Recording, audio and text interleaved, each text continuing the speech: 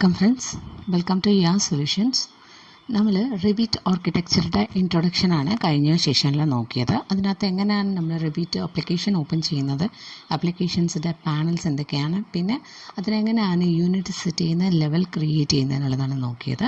അത് കണ്ടിട്ടില്ല എന്നുണ്ടെങ്കിൽ ഡിസ്ക്രിപ്ഷനിൽ അതിൻ്റെ ലിങ്ക് ഉണ്ട്, നമ്മളൊന്ന് കാണേണ്ടതായിരിക്കുന്നു. പിന്നെ അതിൻ്റെ കണ്ടിന്യൂഷനായിട്ട് വരുന്നതാണ് ഈ സെഷൻ നമ്പർ 2. പറഞ്ഞാൽ നമ്മൾ ലെവൽ ക്രിയേറ്റ് ചെയ്ത് കഴിഞ്ഞതിന് ശേഷം ഫ്ലോർ പ്ലാനിൽ ഏത് ലെവലിലാണോ നമുക്ക് വരയ്ക്കേണ്ടത് ആ ഒരു ലെവലിൽ വന്നിട്ടാണ് നമ്മൾ വോളായിട്ട് എടുത്ത് തന്നെ പ്ലാൻ വരയ്ക്കാം.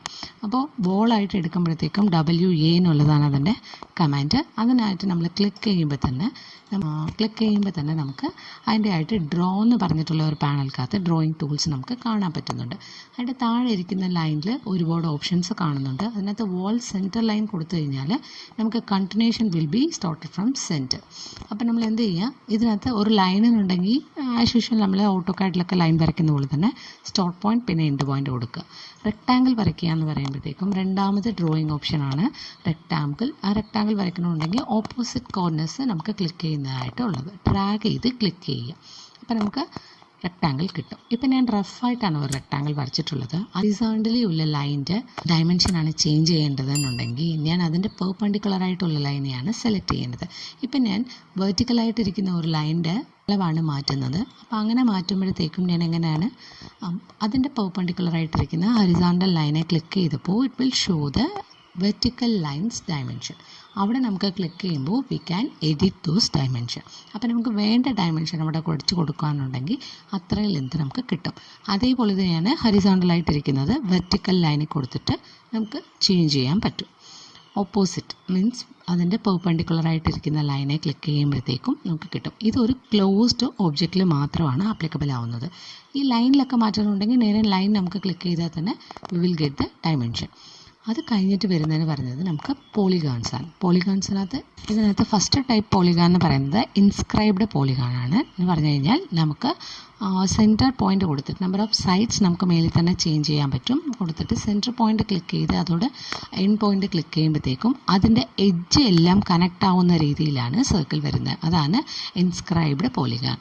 അടുത്തതെന്ന് പറയുമ്പോഴത്തേക്കും സർക്കംപ്രൈസ്ഡ് പോളിഗോൺ. അത് നോക്കിയാൽ അതിൻ്റെ എഡ്ജസിൻ്റെ ഇൻസൈഡ് എല്ലാം കണക്ട് ചെയ്യുന്ന രീതിയിലാണ് നമ്മുടെ സർക്കിൾ ഫോം ആവുന്നത്. ആ സർക്കിൾ നമുക്ക് ഡ്രാഫ്റ്റഡ് ആയിട്ട് കാണാൻ പറ്റുന്നുണ്ട്. അതനുസരിച്ചിട്ടാണ് നമ്മൾ കൊടുക്കുന്നത്. ഇൻസ്ക്രൈബ്ഡ് പറയുമ്പോഴത്തേക്കും ഔട്ടർ കോർണർ പോയിന്റ് എല്ലാം കണക്ട് ചെയ്യുന്നതാണ് സർക്കിൾ. സർക്കംപ്രൈസ് എന്ന് പറയുമ്പോഴത്തേക്കും ഇന്നർ സൈഡ് ഓഫ് എഡ്ജസ് എല്ലാം കണക്ട് ചെയ്യുന്ന സർക്കിൾസ് വെച്ചിട്ടാണ് നമ്മളിത് വരയ്ക്കുന്നത്. ഇതും കഴിഞ്ഞ് നമുക്കുള്ളതെന്ന് പറയുന്നത് സർക്കിളാണ്. സർക്കിളിൽ ആസ് യൂഷ്വൽ നമ്മൾ സെൻറ്റർ പോയിന്റും റേഡിയസ് എത്രയാണെന്ന് പറഞ്ഞ് കൊടുത്തു കഴിഞ്ഞാൽ നമുക്കൊരു സർക്കിൾ കിട്ടുന്നതായിരിക്കും. ഓക്കെ, അപ്പോൾ അതിൻ്റെ അടുത്തതായിട്ട് വരുന്നത് ഓർക്കാണ്. ഓർക്കാവുമ്പോഴത്തേക്കും സ്റ്റാർട്ട് എൻഡ് പിന്നെ മിഡ് പോയിന്റ് എവിടെയാണുള്ളത് കൊടുക്കുക. ഇതൊരു 3 പോയിന്റ് ആർക്കാണ്. ആദ്യം സ്റ്റാർട്ട് പോയിന്റ് പിന്നെ എൻഡ് പോയിന്റ് പിന്നെയാണ് അതിൻ്റെ മാക്സിമം പീക്ക് പോയിന്റ്. നെക്സ്റ്റ് വരുന്നത് സെൻറ്റർ എൻഡ് ആർക്കാണ്. ആദ്യം സെൻറ്റർ പോയിന്റ് കൊടുക്കുക, പിന്നെ സർക്കിൾ മീൻസ് എൻഡ് പോയിന്റ് കൊടുക്കുക. അടുത്ത എൻഡ് നമുക്ക് എത്രയാണോ വേണ്ടത് ആ ആംഗിൾ അനുസരിച്ച് നമുക്ക് വരയ്ക്കാൻ പറ്റുന്നതാണ്. വരച്ച് കഴിഞ്ഞതിന് ശേഷം അതിൻ്റെ ഡയമെൻഷൻസ് ഒക്കെ നമുക്ക് എഡിറ്റ് ചെയ്യാനും പറ്റും. നമുക്കതിനെ ഡബിൾ ക്ലിക്ക് ചെയ്യുമ്പോഴത്തേക്കും അതിൻ്റെ ഡയമെൻഷൻസ് ഒക്കെ കാണിക്കും. അപ്പോൾ ആ ഡയമെൻഷനിലെ കൂടെ നമുക്കതിനെ എഡിറ്റ് ചെയ്യാൻ പറ്റും. ഇപ്പോൾ 440 എന്നുള്ളത് ഞാൻ 200 ആക്കുക. അപ്പോഴത്തേക്ക് എനിക്ക് ആ ഒരു ചെറിയ ആർക്ക് ലെവൽ കിട്ടി. എനിക്കതിന് 60 ഡിഗ്രിയിലുള്ള അത്രയും പോർഷൻസ് മതി എന്ന് പറയുമ്പോൾ ഞാൻ ആംഗിൾ എത്രയെന്ന് കൊടുത്തു. ഇനി അടുത്ത് വരുന്നതെല്ലാം പറഞ്ഞു കഴിഞ്ഞാൽ ഫില്ലറ്റ് ആർക്കും ടാൻജൻറ്റ് എൻഡ് ആർക്ക് പിന്നെ പിക്ക് ലൈൻസ് നമ്മൾ നേരത്തെ പറഞ്ഞതുപോലെ തന്നെ ഉള്ള ഒരു ഷേപ്പിനെ നമുക്ക് റെഫറൻസ് ചെയ്ത് പിക്ക് ലൈൻസ് വരയ്ക്കാൻ പറ്റും.